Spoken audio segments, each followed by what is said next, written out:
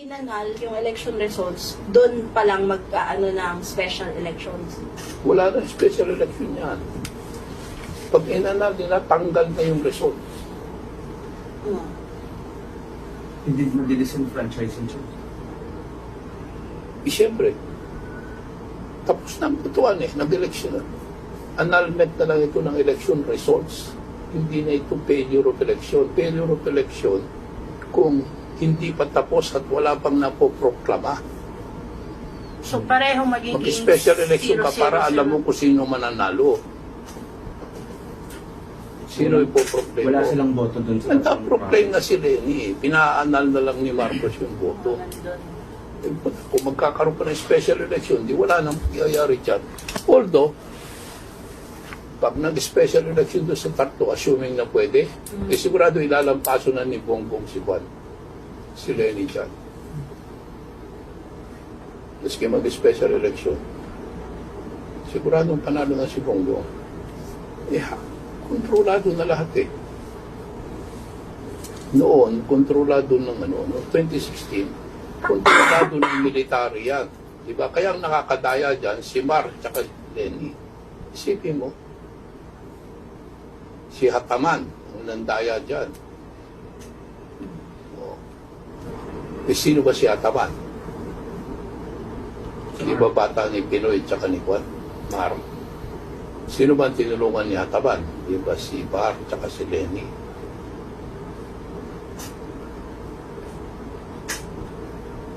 Sila nasa administrasyon mo.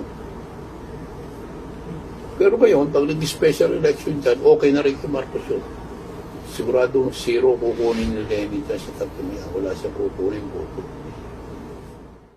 Ako, kung reasonable ang court, ito sasabihin nila, maski na walang napakita si Marcos second sa revision of ballots, considering na napakaliit lang ng labang ni Marcos, 263,000 out of how many millions? Tignan na natin pati yung annulment. At baka sakaling baka manalo pa. Kasi gusto natin malaman kung sino talaga nanalo Kung sasabihin ng tribunal yon, ang susunod na tanong, Marcos, punta ka na doon sa third cause mo. Ano ebidensya mo ngayon? Ang alam kong ebidensya nila, yung nakita na natin dyan. Nakita na namin sa COMELEC yung ebidensya. Pero konti lang yon, 167 precincts lang. Ang recovery road, 40,000 lang nakuha namin. Hindi ko alam kung ganun kalaki ma-recover ni Marcos doon. Pwedeng hindi ganun kalaki, pero hindi naman pwedeng mas malaki doon.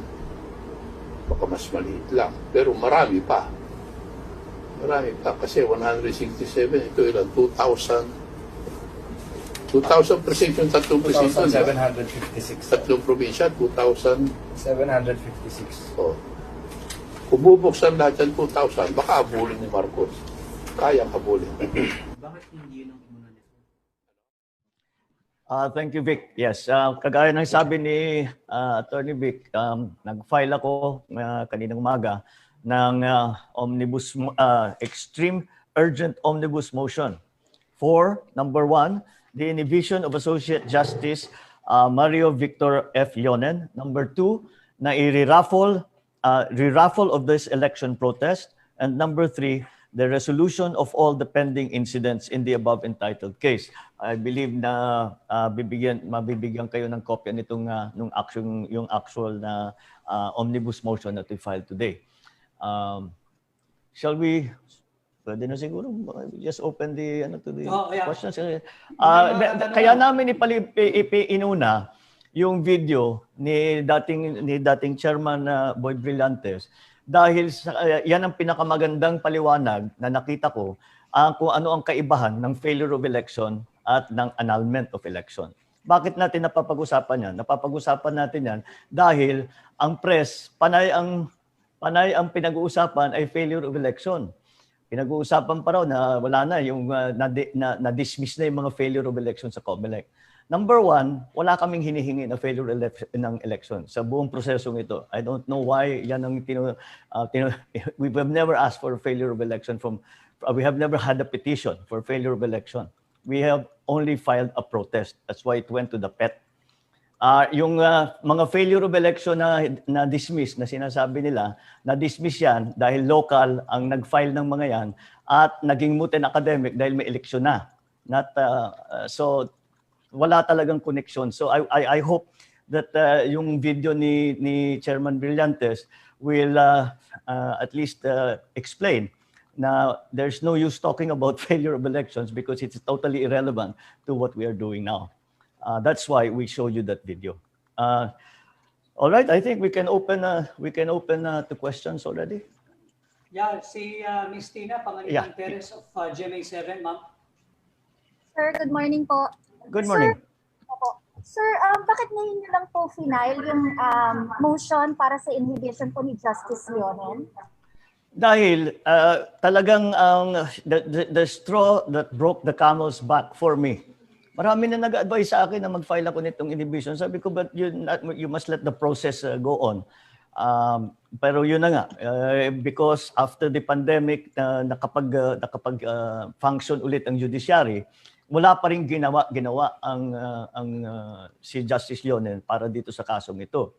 Tapos, nung humingi lang siya ng comments sa COMELEC at saka sa Solgen's office tungkol sa jurisdiction ng PET, at lalo na nung sinagot na siya na talagang ang jurisdiction ng maliwanag ang jurisdiction ng PET, ng Supreme Court sitting as the Presidential Electoral Tribunal, maliwanag that they have jurisdiction. At nagtataka na nga ang lahat, bakit pa niya tinanong yan nang maliwanag na ang jurisdiction at they've been hearing this case for 4.5 years. Why will they hear the case for 4.5 years if they don't have jurisdiction? Kaya't naging maliwanag sa akin na ang dahilan kung bakit niya hiningan ng comment ay para mag-delay ulit. At imposible para sa akin na hindi niya nalalaman, isang justice ng Supreme Court, hindi nalalaman ang batas tungkol dyan. Hihingi tungkol sa jurisdiction, hihingi tungkol sa special elections. The law is quite clear. And again, the PET has been functioning as the Presidential Electoral Tribunal for 4.5 years, hearing this case. Ito lang ang kaso nila. Ang Presidential Electoral Tribunal. Ito lang ang kaso na nasa harap sa kanila. And they've been hearing it for 4.5 years. Siguro, pag nagtanong ka after 4.5 years, if we have in fact jurisdiction, then that is clearly a delaying tactic.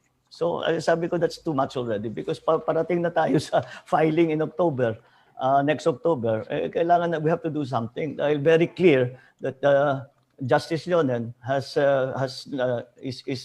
prejudged this case, is hostile to me, to my family, to our entire group, if you want to call it that. And we have seen many other instances where he has expressed an opinion against the Marcoses, in me in particular, and the Marcoses in general. Most of all, of course, my father. So maliwanag na maliwanag, he's prejudiced, and that's why we had to file this. Sir, follow-up lang po. You mentioned that yung ginagawa po ni Justice Leonen would further delay your case, but won't your filing the motion today add to that delay? Well, put it this way. If Justice Leonen continues to sit as the justice in charge, for sure, it will be delayed. For sure. At least, pag wala na si Justice Leonen, kung mag-inhibit siya, may pag-asa na hindi na ma-delay. May pag-asang matatapos in time. Pag si Justice Leonen na naka-in-charge dyan, sa aking pananaw, imposibleng matatapos ito in time. Pipilitin niya, ipipuwersa niyang abutin ang filing para maging moot and academic. Yun talagang 11 months, walang ginawa, walang sinulat, walang linabas na desisyon, walang order kahit na no, for 11 months. For 11 months. They call it 1 year. Kasi 1 year. Kasi yung pag-order niya ng comment, naging 1 year na wala talagang ginawa. Hindi niya pinapagalaw yung kaso. Thank you, Tina. We'll now proceed kay Anjo of CNN. Hi, Anjo. Hi, good morning, sirs. Yeah. Sir, I understand this isn't the first time that you sought an inhibition of a justice. You already did that kay Justice Kagiwa, but PET also denied that. Now, how confident are you that this time around that this motion of yours will prosper? Well, it is something that we had to do. Justice Leonen left us with no choice but to do this. I did not file a protest. I did not enter into a protest to impeach or to inhibit anyone. I only filed these para lumabas ang katotohanan doon sa eleksyon. I'm not interested in these legal maneuvers. All I want is for this case to be finished before it becomes moot and academic. So the instance with Justice Kagiwa, maybe the circumstances were slightly different, pero ito naging urgent na talaga. Kaya we filed it again, and we hope that I think the advice that is given to the justices when they are asked to inhibit is as a proper self-examination of their actuations. And I hope he does that, because if he does, and if anyone else does it as well, you will see very clearly that he is biased, he is partisan, he is prejudiced. Sir, just a follow-up. Sir, let's say Justice Leonen turns down your motion. I mean, what will be your next step? And sir, also sir, if he will inhibit and it will be referred to another justice, baka sir, baka maging perception ng iba, baka maging pattern yun na to na pag hindi na nagugustuhan yung pamamalakad ng isang justice in charge, baka you'll again call for an inhibition. Well, we don't call for inhibition lightly. We do this because we have it for in our view, in my view, it is very clear that the justice is, it's not because of the decision the decisions that he's made in this case. It is because he has shown a pattern of prejudice, of bias, of partisanship. And you can see that the people that have come to his defense are all clearly on the other side of the political aisle from me. So that's that seems to explain the bias that he has exhibited over many years. Thank you, Anjo. Siguro second round, Anjo.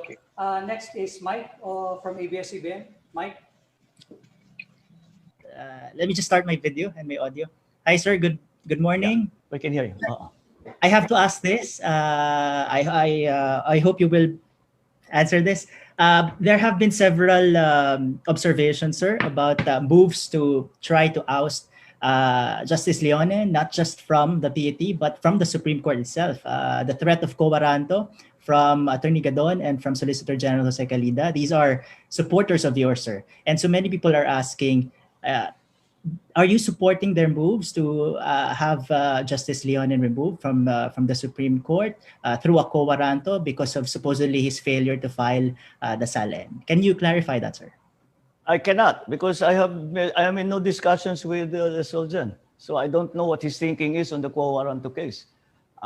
So you will have to ask the Soljan about that. Yung kay Attorney Larry Gadon, inaawat ko nga siya. I was telling no, wag muna until lumabas nga yung comments dito sa galing sa Comelec at saka sa Soljan, naging maliwanag na panlilin lang talagang ginagawa ni Justice Leonen. So nag-file na siya ng ano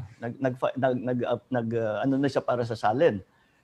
But that si Attorney Gadon, we are in touch, nagte-text kami. Although the Soljan, we have not talked about this case. We do not talk about I have my own legal team. I do not need to consult with the Soljan. Besides, he's not a supporter of mine. He is the counsel for the state, for the government. So no, I don't think that you can characterize it that way.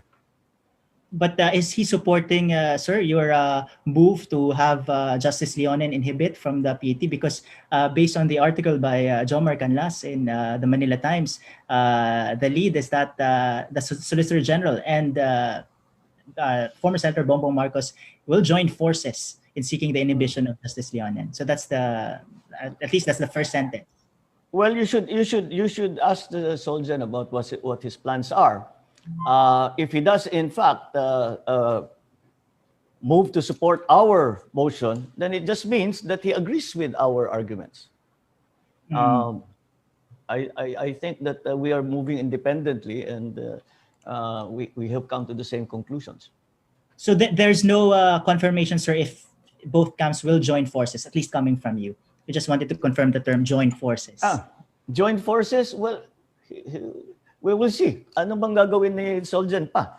wala pa tayong nakikitang galokisol dyan. So you'll have, as I said, I think that question is better addressed to the Solicitor General kaysa sa amin. Meron kaming strategy, meron kaming legal theory. I'm sure meron siya iba, but hindi ko masasabi sa inyo kung ano yung kanya. Masasabi ko lang yung sa amin. All right, sir, thank you. I have another question later for the second round. Okay, sige, ikot tayo. Nelson Badilla. Yes, sir. Hi, Nelson, please. Yes, sir. Yes, sir. Good morning, sir. Good morning, Good morning. Senator Bongbong Marcos, and good morning, Attorney Vic Rodriguez. Nelson Badilla po, saksi ngayon. I just want to clarify, sir, assuming na your motion will be granted by the PET, particularly by Justice Leonen, then magra-raffle po para sa next justice na magiging ponente ng inyong kaso. What will happen, sir? Mangyayari doon sa 3 probinsya doon sa Mindanao, yung ba po ay i-annul yung votes? Magkakaroon na po ba ng annulment of votes? Then afterwards, kung meron silang ganun decision, is mai-proclaim na po kayo based on kung ano kung magiging positive, kung magiging pabor sa inyo ang results ng annulment of votes? Ang matagal na namin ang inuuna namin noon pa, mula nung simula nito, 4 years ago pa lang, sinasabi natin, unahin nyo na yung pag-receive ng evidence tungkol sa aming request for annulment doon sa 3 probinsya. So yun talagang, yun ang dinidelay dahil alam ni Justice Kagiwa, alam ni Justice Leonen na madali lang yan at maganda ang lagay ko pagka nagkaroon na ng technical examination para magkaroon ng ebidensya na dapat talaga yan ng mga boto. Maybe you can expand on the legal procedure after his hypothetical. Regarding our third cause of action, napaliwanag ho kanina during the opening video clip ni dating Committee Chair Sixto Boy Brillantes. At ang kahalagaan po nun, papakita ko po sa inyo itong sinasabing dactyloscopic and question document reports. Ang gumawa po nito mismo ay ang Commission on Election. Ito rin ho, yung nakapaloob doon sa video clip ni dating Chairman Sixto Brillantes. At dito po sa second page, nakalagay po rito, ang technical findings, 40,528 ang were found not identical or negative. Ano po yung naging conclusion ng Commission on Election? Ito po nakasulat po rito, based on the findings stated above, we therefore conclude that the 2016 national, local, and armed elections has been marked with different forms of election fraud such as massive substituted voting. Kaya po, tagal na ko namin hinihingi na bigyan daan na itong aming third cause of action, which is the annulment of election results in the 3 provinces in Mindanao. We never, ulitin ko po yung sinabi ni Senator Bongbong Marcos, hindi po kami kailanman humingi ng deklarasyon of failure of election, sapagkat klaro po kay Senator Bongbong Marcos na yung relief na failure of election, maaari lamang ho yan kapag wala pa hong napoproklamang kandidato. Subalit pag may naproklama na, ang tamang legal remedy or relief ay ito nga pong annulment of election results. Yes, sir. Follow-up question na po. I'm sorry. Follow-up lang po doon. Meron po ba kayong idea what is the real purpose on the part of Vice President Robredo and yung LP kung bakit ang na-highlight sa media mostly ay yung point ng failure of elections and ginagamit po yung mga dahilan na na-dismiss na yung previous petitions regarding the failure of elections at hindi na-highlight yung annulment kasi ang napapansin ko po ay parang pinagpapare-parehas nila ang definition ng annulment of votes and failure of elections when in fact it is very clear in the law that there is a big sea of difference between the two motions po. Ano kaya po ang purpose nila po? I cannot tell you definitively what their purposes be, but I think it is to obfuscate the entire issue. para guluhin lang, panlilin lang. Okay. Kasi talagang walang connection yung failure of election dun sa aming ginagawa. Yes po. Oo, pero yung pa rin ang pinupunterian nila. So Yes I po, think yes po. that's the only purpose I can see that why they will continue Yes po. to do that. Opo. Thank you, Nelson. Second Yes round po, siguro, yes po. yung follow-up Salamat question. po. Salamat. Rappler is there? Hi, Rappler? hi sir. Yes, sir. Good morning. Can you see and hear me po? I can hear you. I cannot see you. Oh, there. ito po. I can see you now. Good morning. Good morning. Good morning po, Attorney and Senator Bongbong Marcos. Sir, you seem to be really hammering on the definition of annulment of elections, and the OSG in its comments said that if the elections on those 3 provinces were to be annulled, the clear winner would emerge. So siguro you could elucidate on the process. Why didn't you file for an annulment of elections to begin with? Or why didn't you choose those 3 provinces as your pilot province? We filed the annulment of the elections was part of our initial protest. Pero ginawa namin second cause yun kasi gusto namin unahin yan. Pero tinulak ni Justice Kagiwa, I just pushed it kasi takot sila dyan sa ginawa nilang third cause. I'm not hammering on one thing or another. These are the only options left to me. And this is something that we have been talking about since, when did we file? 2016, June. In 2016, hindi namin, yun talagang gusto namin unahin is the annulment, that the PET received evidence that we're prepared to present, an evidence that will be grounds for the annulment of elections in those 3 provinces. It's not something new. It's what we've been talking about. But Justice Kagiwa and now Justice Leonen keep pushing it to the side and trying to focus on other things to distract, I suppose, from what is in fact the issue at hand. Dagdag ko lang yung sa Rappler. Pwede nyo naman hong i-check doon sa files niyo nung aming election protest that was filed 4.5 years ago. Klaro po doon na yung aming first cause of action is the annulment of the automated election system or the declaration of the unconstitutionality of the AES system na dinismiss po ng Korte Suprema by reason of judicial economy. Ang second cause of action po talaga namin ay yung declaration of the annulment of the election results dito sa 3 probinsya ng Mindanao. Pangatlo lamang ho yung manual recount and judicial revision. Nandun po yan sa aming election na protest na i-file 4.5 years ago. Ang nangyari, after ng preliminary conference, nagkaroon ng pagbaliktad doon sa order ng aming relief. Ang naging pangalawa ng second cause of action bigla ay yung manual recount and judicial revision. At naging pangatlo, yung annulment of election results. Lais ko lang susugan yung video na ipinakita namin kanina.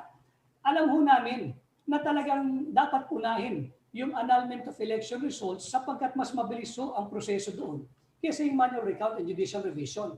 At marahil alam din ho ng nagbaliktad ng order na yan na mas matagal yung manual recount and judicial revision kaya inuna at ginawang huli yung aming third cause of action na ngayon, which is the annulment of the election results. Wala ho kaming binago and kagaya ng sinabi ni Senator Bongbong Marcos, we're not hammering on it. Ang sinasabi lang ho namin sa bayang pagdinig na noon pa. Sir, can I just ask a follow-up? Sure. If you can po, the COMELEC also said in its comment that an additional requisite for an annulment of elections is that there must be a clear, convincing, and strong evidence showing that the protestee is the one responsible for the unlawful acts complained of. Are you ready with evidence to prove that the protestee is responsible for the unlawful acts? If ever. Can I remind you that this is a sub judice? You're talking already about the merits. Okay, maybe I can ask another Hindi later. Hindi pwede pag-usapan yan, baka ma-contempt ka. We'll just confine ourselves sa motion na final ni Senador Marcos ngayong umaga. Mike Navarro for the second round, please. Mike? Yes, sir. Sorry, I was muted. Sorry. Sorry. Sir, let me just go to that point. You mentioned that it's irrelevant, the failure of the elections, the declaration of failure of elections petitions in the ARMN provinces is not relevant to the annulment of votes which you raised before the PET. But your motion for technical exam, which was also your basis for annulment, you cited the case of Abdusakurtan versus Hataman. This is a local case where you cited the words of a COMELEC division. The conclusion was that supposedly the 2016 national local ARMM elections was marred by widespread fraud. Well, first, sir, in that case, wasn't it the Marcos side who actually invoked a local case, the case of Hataman, to argue in the annulment case? And also, secondly, sir, Let's answer that first. Okay, sir, go ahead. Let me clear that, Mike. Sige, sir, sige. We did not invoke the local election case. Nagkataon lang na ang saklaw ng aming protesta, yung aming originally second cause of action, na ngayon nga ay naging third cause of action, ay yung tatlong probinsya rin sa Mindanao at saklaw din yung mga presintong involved doon sa kaso, yung election protest case 2016-37 ni Sakurtan versus Mujib Hataman. Nagkataon na parehong-pareho yung areas covered. But we are not dependent on the outcome of that local election protest. Pareho lang yung saklaw in terms of the provinces involved. And so, sir, yung comment ng COMELEC, if I may just ask you to react, if you're going to also make the same point, no? Because COMELEC said in its comment na that case was not resolved on the merits because it was dismissed due to mootness. So how will that affect your point, sir? It won't, because the findings of the COMELEC still stand. Their findings after conducting the technical examination in the case of Governor Sakurtan against Governor Mujib Hataman still stand. What we would like is for us to present that evidence and those findings of the COMELEC to the PET so that we can argue as to the propriety of the annulment of elections in those three provinces. Sir, so you disagree with the conclusion of COMELEC? If I may read, sir, the commission, be it with any of its division or unbanked, did not have the opportunity to rule upon such findings or otherwise pass upon its validity, merit, and probative value. You don't agree with the comment? Because Mike, naging moot in academic, yung local case na yun. Hindi na nakapag-decide dahil nag-eleksyon na eh. Yes. And ang pakiramdam ko nga, ganito yung ginagawa rin sa akin. Na tinutulak dinedelay para maging moot din. Again, to repeat myself, although it was not resolved, that case was not resolved, the findings, of this technical examination of the COMELEC are still available and are still valid. And that's part of the evidence that we would like to present to the court. Ano bang mawawala? Let's present the evidence. Kung sa palagay nila hindi sapat para mag-annul, mag-decide sila. Pero pabayaan kami 4.5 years ito. They just refuse to accept and to receive evidence and for us to argue on that ground. That is why it is clear to me that ang ginagawa talaga ay hindi na adjudication kung hindi delay. Do you think, sir, there is still enough time, sir? Based on your experience, Attorney Rodriguez, how long does it take for the PET, for example, to resolve? Assuming that they continue with the third cause of action, annulment of elections, how long will it take? Because they're saying you have to count per every precinct, there has to be at least more than 50% of the votes affected by supposedly allegations of fraud, and that from every precinct you go to the municipality level and the province level and region-wide. Is there enough time, sir? We believe so, Mike. In fact, itong findings na ito, yung pinakikita ko sa inyo, all we have to do is just adopt these initial findings made by the COMELEC, and then kung ano man ang magiging ruling ng tribunal na magpresenta pa kami ng additional evidence just so to meet the 50 plus 1% threshold, then mas mabilis na ho yan. I think may mahaba pa yung panahon basta't wala lang delay. That's why we have resorted to this very drastic move of asking for the inhibition of Associate Justice Marvic Leonen as the ponente or justice in charge of the case, and for him to not to participate in any manner in this election protest case anymore. All right, sir. Thank you. Thank you. Okay. Any more questions, ladies and gentlemen? If there's none, wala na. All right. Well, thank you very much. We just wanted to come out and explain to everybody what we have done today. I hope that you take this into account, especially ang ating mga kaibigan sa press, to be more accurate in terms of your reporting as to what is actually happening. I'm speaking specifically to the differences between an annulment of election and a failure of election. We have nothing to do with any petition of any failure of election. That's never been what we have asked for. What we have asked for is completely different. So failure of election is totally irrelevant to my case, my protest case. But having made that clear, I hope that, as I said, that Justice Leonen will really go into a period of self-examination and to see and to convince himself whether or not he has been biased or he has been fair. In my view, he has been completely biased. He has been completely partisan. He has prejudged this case a long time ago. And that is why we filed this. On that, let's end the conference. Thank you very much. Thank you very Maraming much. salamat. Magandang umaga sa inyo lahat. All right. Thank you. Pag inanal yung election results, doon pa lang magkaano ng special elections. Wala na special election yan. Pag inanal nila, tanggal na yung results. Hindi madidisenfranchising siya. Siyempre, tapos na ang butuan nag-election na. Annulment na lang ito ng election results. Hindi na ito failure of election. Failure of election kung hindi pa tapos at wala pang napoproklama. So parehong magiging Mag-special election ka 0-0-0. para alam mo kung sino mananalo. Sino ipoproclaim Wala mo? silang boto dun sa... Nagka-proclaim na si Lenny. Pina-annul na lang ni Marcos yung boto. Kung magkakaroon pa ng special election, di wala nang iyayari dyan. Although, pag nag-special election doon sa tatlo, assuming na pwede, sigurado ilalampaso na ni Bongbong si Lenny dyan. Maski mag-special election, siguradong panalo na si Bongbong. Kontrolado na lahat Noon, kontrolado ng noong 2016, kontrolado ng military yan. Diba? Kaya ang nakakadaya dyan, si Mar at si Lenny. Isipin mo, si Hataman, ang nandaya dyan. Sino ba si Hataman? Di ba bata ni Pinoy at ni Juan? Mar? Sino ba ang tinulungan ni Hataman? Di ba si Bar at si Lenny?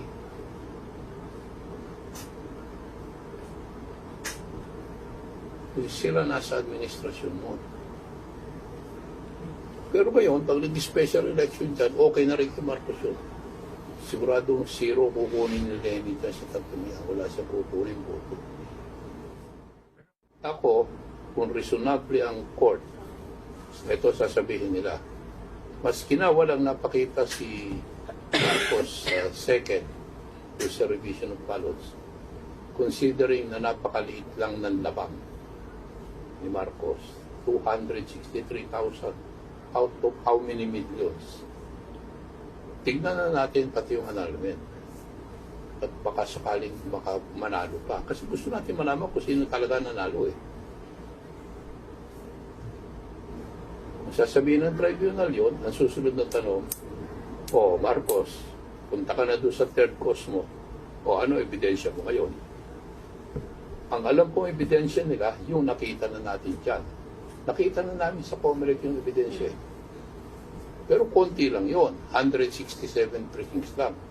Ang recovery road, 40,000 lang nakuha namin. Hindi ko alam kung ganun kalaki ma-recover ni Marcos doon. Pwedeng hindi ganun kalaki, pero hindi naman pwedeng mas malaki doon. Baka mas maliit lang. Pero marami pa. Marami pa. Kasi 167, ito ilan? 2,000 percent yung tatlong presinto. 2,756. Tatlong probinsya, 2,000. 756. Kung bubuksan lahat yan 2,000, baka abulin ni Marcos. Kayang abulin.